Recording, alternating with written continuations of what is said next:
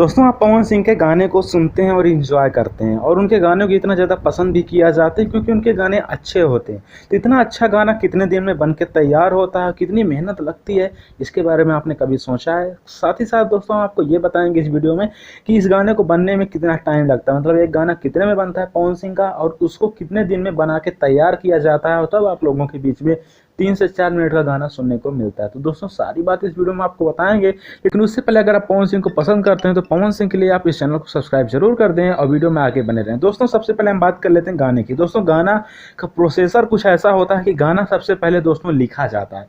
अब पवन सिंह उसमें राइटर पसंद करते हैं कि हाँ ये राइटर अच्छा है, उससे गाना लिखवाने के लिए बोलते हैं या वो खुद लिखते हैं और पवन सिंह के पास लेके जाते हैं। ये पवन सिंह का मतलब प्रोसेसर, उनके पास लेके जाते हैं, बोलते हैं कि भैया ये गाना हमने लिखा है कैसा, तो वो देखते हैं। अगर उनके मन पसंद मान लो गाना आ गया, अगर नहीं आया तो उसको रिजेक्ट कर देते हैं, या अगर आ गया उसमें कुछ सुधार है तो बोलते हैं हाँ ऐसे सुधार कीजिए।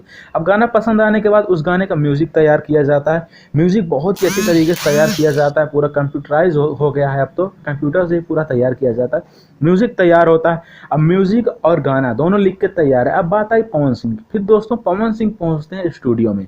अब पवन सिंह जब स्टूडियो में पहुंचते हैं तो उस गाने को देखते हैं, उस म्यूजिक को देखते हैं, किस तरीके से उसका धुन मिलाना है, किस तरीके से उसको सेट करना है, ये पूरा वहाँ पे एक रिकॉर्डिस्ट होता है वो करता है। स्टूडियो में एक रिकॉर्डिंग करने वाला होता है, वो बताता है कि ऐसे ऐसे करना है। और म्यूजिक डायरेक्टर और लिखने वाला और सिंगर यानी पवन सिंह और जो लिखने वाले होते हैं और म्यूजिक डायरेक्टर सब वहीं पे मौजूद होते हैं, वो कहीं जाते नहीं हैं, सबके मौजूदगी में पूरा काम होता है। तो दोस्तों एक तरीके से पूरा टीम बन जाता है, कम से कम 5-6 लोगों का पूरा टीम होता है, तब जाके एक गाना बनता है। अभी गाना पूरा मतलब रिकॉर्डिंग होता है, तैयार होता है, फिर इस म्यूजिक को मिक्स किया जाता है, गाने के साथ कंपोज किया जाता है, तब जाके गाना बन के तैयार होता है। अभी गाने को रिलीज़ किया जाता है, कंपनी से कंपनी कोई खरीदती है और रिलीज़ करती है। अब बात आई कि कितने में खरीदती है पवन सिंह का गाना। दोस्तों कंपनी पवन सिंह को पैसा दे देती है, उससे फिर जितना भी आता है, मतलब जितना भी लोग देखते हैं तो सारा पैसा कंपनी वाले का होता है। लेकिन कंपनी पवन सिंह के गाने को कितने में खरीदती है?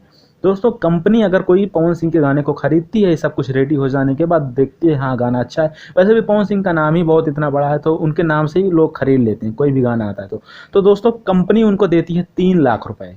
जी हाँ दोस्तों 3 से 4 लाख रुपए उनको देती है और उसमें आइडियो भी होता है, जैसा भी होता है, अगर आइडियो हिट हुआ तो वीडियो भी कंपनी करवाती है। तो उसी हिसाब से मतलब 3 से 4 लाख रुपए में वो उसको खरीद लेती है। उसके बाद जितना भी व्यू आता है, आप लोग यूट्यूब या कहीं पे देखते हैं, तो सारा फायदा कंपनी वाले का होता है। तो दोस्तों इसको हमने आपको बता दिया बहुत अच्छी तरीके से, हमें लगता है आपको समझ में आया होगा। दोस्तों आप इसमें ये बताइएगा कि आप किसका गाना सुनना पसंद करते हैं, पवन सिंह, खेसारी लाल या निरहुआ का? हमने तो पवन सिंह को लेकर बोला है, तो आप जरूर कमेंट करके बताइएगा। मिलते हैं दोस्तों अगले वीडियो में, तब तक के लिए धन्यवाद।